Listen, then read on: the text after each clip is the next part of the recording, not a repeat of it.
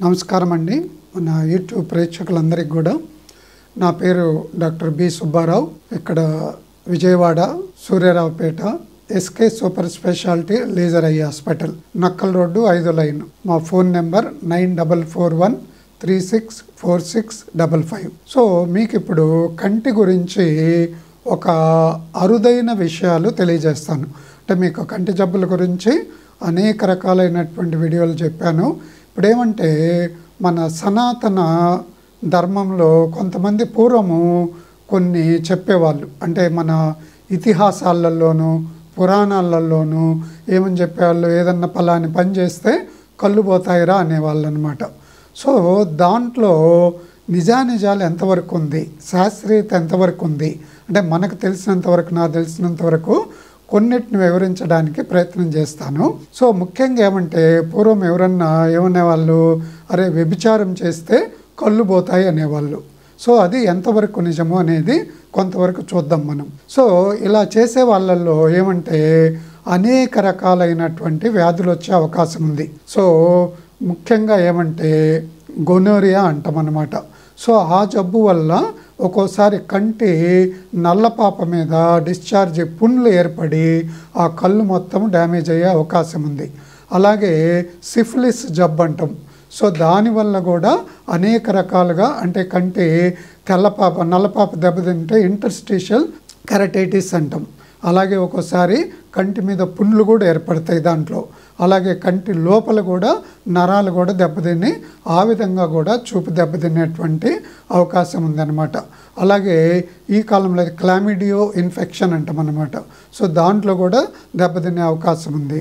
అలాగే ఇప్పుడు మోడర్న్గా ఏమంటే 20th సెంచరీ కిల్లర్ ఎయిడ్స్ అంటారే.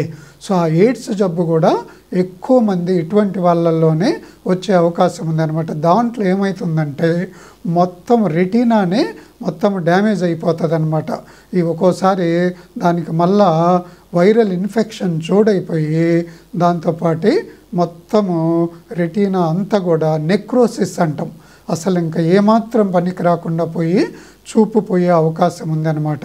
సో అందువల్ల పురాణాలలో మన వాళ్ళు చెప్పిన మాటలు ఎంతో అంటే శాస్త్రీయత ఉంది అనేది తెలియజేస్తూ ఉందన్నమాట.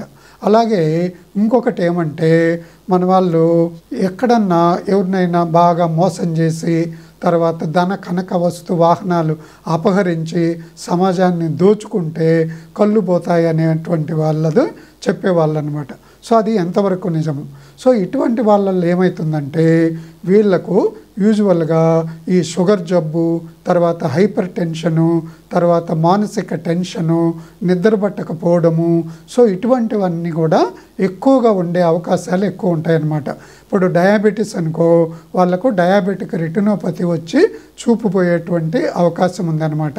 అలాగే హైపర్ టెన్షన్లో లోపల రక్తనాళాలు చిట్లిపోయి తర్వాత రక్తనాళాల్లో అడ్డంకులు ఏర్పడి సో ఆ విధంగా కూడా చూపోయే అవకాశం ఉంది. ఎక్కువ టెన్షన్ ఉండి నిద్ర లేకపోవడం వల్ల ఇటువంటి వాళ్ళల్లో గ్లకోమా వచ్చేటువంటి అవకాశం ఉండి వాళ్ళల్లో కూడా చూపు తగ్గిపోయేటువంటి అవకాశం ఉంది.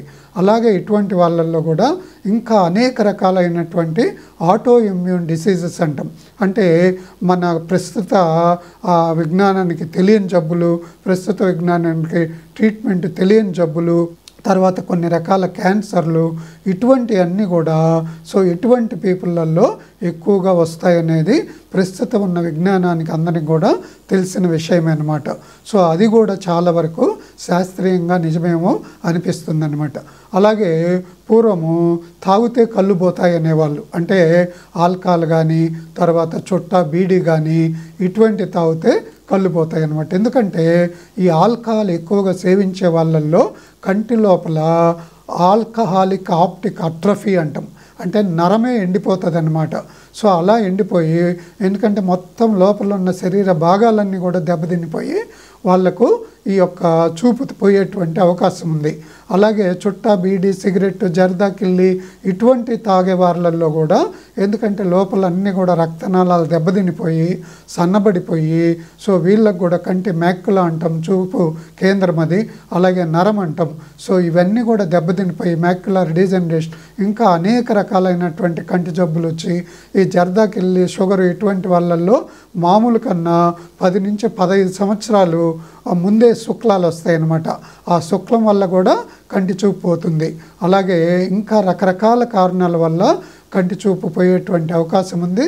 సో అందులో కూడా ఎంతో శాస్త్రీయత ఉందనేటువంటిది మనము తెలుసుకోవచ్చు అన్నమాట. అందువల్ల ప్రతి ఒక్కరు కూడా ఆల్కహాల్ తాగకుండా ఉంటేనే మంచిది.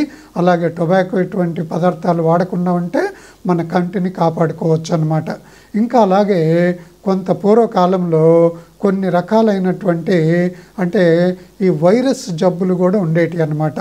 అంటే కొన్ని మాంసం తింటే ఎక్కువగా కళ్ళు పోతాయి అనేవాళ్ళు కొంతమంది. అంటే దాంట్లో కూడా కొంతవరకు శాస్త్రీయత అనేటువంటిది ఉందన్నమాట. అంటే పూర్వం ఏమంటే ఇప్పుడున్నటువంటి ఒక శతాబ్దం కిందటి వరకు కూడా అనేక రకాలైనటువంటి మందులు లేవు, మెడికల్గా అంత అభివృద్ధి చెందలేదు. సో అందువల్ల ఇప్పటికి కూడా ఇంత డెవలప్ అయినా కూడా ఇప్పటికి కూడా అనేక రకాల జబ్బులకు మందులు లేవన్నమాట. సో ఆ కాలంలో ఊహించుకోండి ఎన్ని రకాల మందులు ఉండవో. సో ఇటువంటి వాళ్ళల్లో ఏమవుతుందంటే రూబెల్లా జబ్బు అంటాం అన్నమాట, మీజిల్స్ అటువంటి, అలాగే టాక్సోప్లాస్మోసిస్ అంటాం. సో అటువంటి జబ్బులు కూడా వచ్చి చూపు దెబ్బతినేటువంటి అవకాశం ఉంది. ఎక్కువగా ఉడకబెట్టని మాంసం ఇటువంటి వాడే వాళ్ళల్లో ముఖ్యంగా కొన్ని పరాన్న జీవుల లార్వాలు ఉంటాయి అన్నమాట. సిస్ట్ సర్కోసిస్ అంటాం.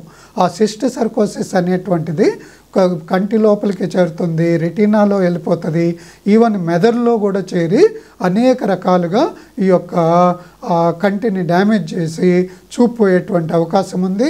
అలాగే ఎక్కువ మాంసం తినేటువంటి వాళ్ళల్లో కూడా ఈ రక్తపోటు, డయాబెటీస్ ఇటువంటి ఇంకా అనేక రకాల క్యాన్సర్లు ఇటువంటివి కూడా ఎక్కువగా వచ్చేటువంటి అవకాశం ఉంది.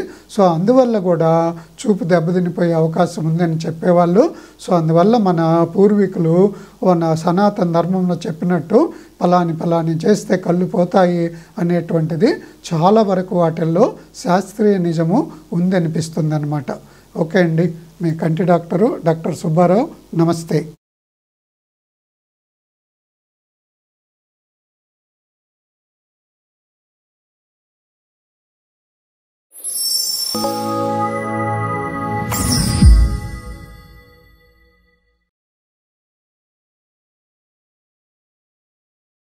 Thank you.